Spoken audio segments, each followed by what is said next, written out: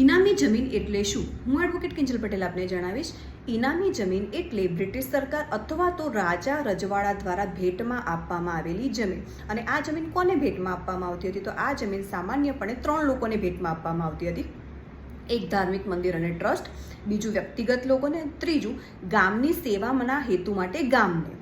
અને 1969 એટલે કે આઝાદી પછી 1969 દેવસ્થાન ઇનામ નાબૂદી અધિનિયમ આવ્યો અને ત્યારબાદ ધાર્મિક મંદિર અને ટ્રસ્ટોને જે પણ જમીન ફાળવવામાં આવેલી હતી તેમાંથી મહદ અંશે જમીન સરકાર દ્વારા પરત લઈ લેવામાં આવેલ અને તે જમીન પર સરકારની માલિકી બની ગયેલ.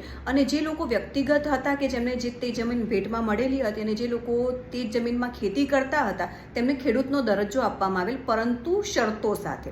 અને હા, આ જે જમીન છે ઇનામી જમીન, તેને તમે વેચાણ કરી શકો કે નહીં? તો જો દેવસ્થાન ઇનામી જમીન છે એટલે કે ધાર્મિક મંદિર અને ટ્રસ્ટને આપવામાં આવેલી છે તો ચેરિટી કમિશનરની મંજૂરી સિવાય તમે તે જમીનનું વેચાણ ન કરી શકો. અને જો વ્યક્તિગત જમીનને વેચાણ ઇનામ તરીકે આપવામાં આવેલી હોય તો તે લોકો પણ જો જે તે સમયે સરકારે ફાળવણી કરી હશે તેમાં જો શરત લખેલી હોય તો જ તમે વેચી શકો. અને જો શરત ન લખેલી હોય તો પરમિશન વગર તમે તે જમીન ન વેચી શકો. જમીન તથા મિલકતને લગતી કોઈ પણ સમસ્યા હોય તો તમે વિના સંકોચે મારો સંપર્ક કરી શકો છો. જય ભારત, જય જય ગરવી ગુજરાત.